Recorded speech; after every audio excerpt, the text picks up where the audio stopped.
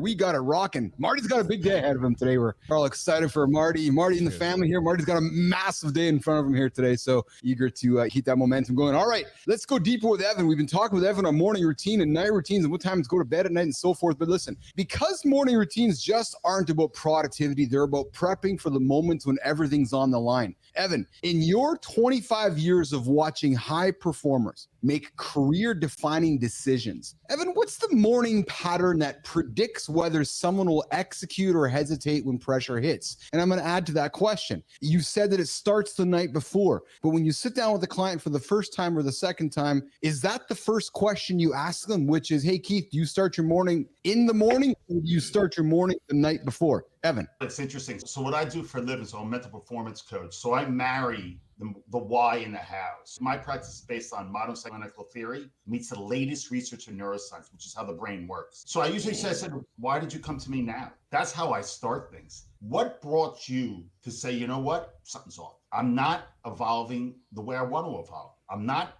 the person I need to be, I want to be, I should be. So it's interesting because I'm going to geek out for a second, but our learned behavior, our circuitry in our brains is pre-programmed from our caregivers, from the environment we grew up in. I want to know that. I want to do a little scuba diving to understand who I'm working with, because we all have different starting points. I can't say here are the goals because you probably never obtain the goals you wanted to do anyway. So I want to know what behavior we need to change, because, and it's so, it's great how you guys started. We're all emotional beings. You're allowed to be nervous, frustrated, ashamed, embarrassed, name it, fear of. But how do I attach a new behavior to the fear of being nervous, ashamed, embarrassed to create a new experience for you? And what that does psychologically, neurologically in your brain, we start to rewire. So Keith, I want to know where I'm starting with. Where are you in this journey? Because everybody's different. I can't say, here's a fucking template, let's just go to work. It doesn't work that way. Yeah. Like my average client is 5.5. We build strong mental foundations. Everything you guys discussed before I got on and now, we build that brick by brick, consistency,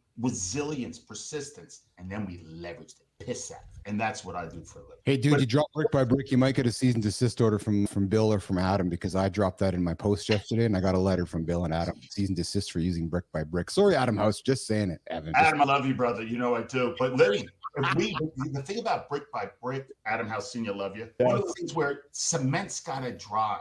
Yeah. Just because you did it once or twice doesn't mean the bricks, it's that, Ed, when am I going to see results? You know what I said? I said, I have no idea, no clue. What do you mean you have no clue? But I'll tell you one thing. Today and in a couple of weeks or whatever from now, it's going to look a lot different. It's really just, I always talk about, Keith, about you have to slow down in order to speed up. But yes, slowing down is not taking your foot off the gas. It's really the art of intentionality. Be fucking intentional, man. Routine, what you want, be clear. The path, Marty, what you were saying when we took that break about training and stuff like that, that's intention. Like you may not see it on Wednesday, Thursday, Friday, but when you start to see it, it opens up. Because progress is so elusive sometimes. As a coach, I see it before my client because I observe, right? I'm the outside looking in, but you start to get intentional. All of a sudden, and I did a podcast a couple of weeks, you look back, you're like, get the fuck out of here. Yeah. How do you get here? And then it starts to leverage, right? Because 2 and 2 and 4 means nothing. 4 and 4 and 8, nothing. But as you start to go, you're like, man, this is awesome. And what happens then? It goes even more. Evan, you've mentioned the relationship between physical challenge and decision confidence. Now, let's lean into the neuroscience with this. This is where you come from. What happens in someone's brain, Evan Marks, when they start their day conquering something that scares them? You've been there. You've got clients, you get up and you're like, oh, fuck, I got to go to a meeting today. I'm scared of. I got to go for a run. I got a big lift. And let's not get caught up in defining scares. There's an emotional reaction. A person's waking up and they're hesitantly getting through their morning. What happens in that person's brain when they start their day conquering something? That's Evan Marks. Remember, it's not the result. Right. There's a great Harvard research out that when we're result driven, we can significantly diminish our skill set. So how do we tie that research into what's going on in the brain? Dopamine. It's not the fact when it's over that you get that dopamine kick. The reward actually is in the doing of it. Yes. It's a journey, baby. Yeah. The journey of it. Ooh, whoa. Like, so cold showers, right? You guys mentioned earlier. I've been doing it for years. Fucking hate it. Hate it. But what happens, dopamine levels last for 6 hours after you get out of one of these cold showers. I think it's 2 or 3 minutes. It's just boosting. It's not even that. It's the fact that you walked out like, why did I just do that? But you did it. 3 minutes. You're telling me when you go scrolling your phone for 29,000 minutes a day that it's 3 minutes. And it changes, first of all, neurologically in your brain, but it changes what you believe about yourself. Nobody wants to take a cold shower. But when you do, what else am I capable of doing? That's the whole fucking process behind that. Whether you're a CEO, athlete, trader, I don't care where, founder, when your belief system starts to change, it's a conscious, intentional act. I think we're all saying the same thing. Yes. When you start to confidence, consistency with evidence builds confidence. Fucking bang. Performance equals potential minus interference. We start to navigate that simplicity with repetition. Evan, I say this often to folks who come to me and say, yeah, I want to start a business. I'm like, oh yeah? Why don't you go run a marathon or climb a mountain or go do a bodybuilding competition first? Oh, why would I do that? I go, so if you can commit to 100 days or 120 days of that first to go save yourself thousands of dollars, because it's not going to be fucking easy. And that's why I love doing endurance sports, because it's about a mental game for me. I talk with Johnny and Marty about it all the time. If I'm going on to a 60, 90-minute run or a cycle, it's fucking 90 minutes of torture. Why do I do it? I hate it. But it mentally makes me strong. And that's what business is. That's what my whole weekend's been, thinking about business. So I often say to somebody, before you go into business, go and fucking run a marathon or go climb a mountain or go do bodybuilding like Anderson, because if you can get through that, then come back and talk to me. Evan, comment on that. I know it's so cliche, but cliches are true for a reason. Yeah, it's so true. The greatest feeling of all, it's not the fear of rejection, embarrassment. It's actually the fear of regret. Yes. So that is the most intense. Now, why is that so? And Keith going to me say, what happens if I fail? Yeah. I invest in businesses and I don't pick secretaries to write, but if I get 2 of them out of 40, I'm good. So it's almost the fact that like I may fail, but what if? And Keith, you said something else. The art, I'm doing a TEDx about curiosity. Curious. What happens if I win? What happens if I actually pull this shit off? Yes. Yes. But what happens there in the brain is fascinating stuff, is that I can't, I won't. Like, what does like Yoda say? If you can't, you won't, you try, whatever the hell he says. What happens if? What would it feel like? What would it look like? So now in your brain, it's almost like I can't, I won't, because curiosity in its purest sense is information seeking. So if John Anderson goes, what would it look like? I form the greatest coaching, gyms, whatever you do. What would that look like? So now, as opposed to, I don't know, what happens if? It's because it opens the gate to, obviously you may fail, no shit, but you may win. On that level too, brother, going back to what you're saying, first off, I agree with everything. And when you're talking about belief, when you walk into a room or anywhere and you are confidently knowing that you're willing to make the harder decisions, you're willing to do the more difficult shit than the people around you, it puts you in such a pole position to just do what the fuck you want, because if you land on your face, you'll be the first one back to your feet. And if you can live your life this way, the world becomes your playground.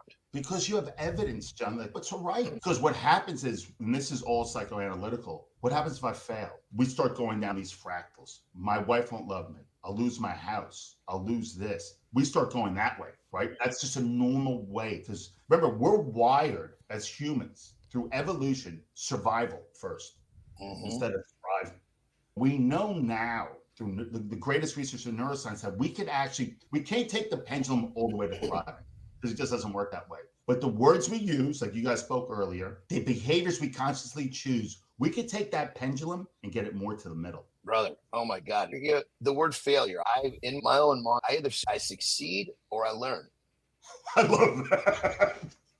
It's failure. All failure does is give me a better position to try again. So I learned. Failure is part of the process. You cannot succeed without lots of failures, cannot succeed without a lot of learning. So why not just take that fucking word and learn over the top of it, and then everybody stop fucking flipping out. And I agree with John, right? The learning side of that is, listen, you could be a fool and keep failing because you're doing the same fucking thing over and over because you're a moron, right? Because you're not learning, you're not being introspective, you're not reflecting. Like, then failures are right because no, it's not. If you're not learning and keeps making the same mistakes, it's not going to work for you. Isn't that the definition of temporary insanity? Repeating the same 100%. process, hoping for a different outcome. That's when you call a technical timeout. You say, wait a second. Okay. Hey, you're hanging out with Keith, Evan, Marty, and John here. Mornings and Live with Keith and friends. Evan Marks is hanging out here this morning. A great conversation. Clearly, Flynn, Marty, and John, we got to have Marks back. He is absolutely back. I just have one thing, because I just was soaking up the game. But I want real quick, Evan, I love how you say you've been doing the cold showers for 15 years and you fucking hate it. And what I got from that was basically you got to continue to challenge yourself and do something difficult that you don't look forward to doing, because life, it just keeps throwing challenges at you. Even at 52, I'm 31, but I'm just learning from the older guys. And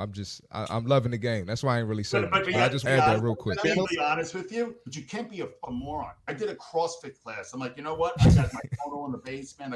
I got all this stuff. I'm like, I look at my wife. I'm coaching 10 hours a day. I said, I don't see any. I'm doing, by the way, shoulder replacement. I played college lacrosse. Total shoulder replacement, 2 reconstructive knee surgery. I have to get a new knee put in. So many surgeries. I was like, you think that's a good idea? I go, let me give it a shot. On the floor for a week with a dislocated L5, a slipped L5. My wife looks at me. She goes, really? You haven't learned much, have you? All right, Evan. So before we walk you out of the door here, my friend, how can Business Athlete Nation connect with Evan Marks, M1 Performance, before we bring Johnny up for the lifestyle tip and Jory Jansen in for a protein break? Evan, how can Nation connect with you, my friend? I'm on LinkedIn at Evan Marks. I'm on Instagram at emarks72. I have my own, obviously, I hope I have a website, otherwise I don't really have business. It's m1performancegroup.com, which has a cool video and all my podcasts and what I do and all that. Cool. Dude, you come back. No. Yes. We all have the power to choose. Yes. Just give yourself a little bit of fucking mental space. That's it. You'll start really forming new experiences. Take a breath. The power of intention. Evan Marks, M1 Performance. Evan, you come back, hang out with us again sometime, will you? Any day of the week, brother. Hey, thanks, Evan. Appreciate you, man. Everybody, and Keith, that El Guapo, I'm telling you, man, I appreciate you inviting me on. Brother, I just got to say, bro, you're a fucking rock star. Keep this shit going, man. I love it. We're going to bring Marks back. He's going to be a hit. I can tell he's a hit with our audience. He's going to be a hit with our audience. He's back. Evan Marks, M1 Performance. Go check him out.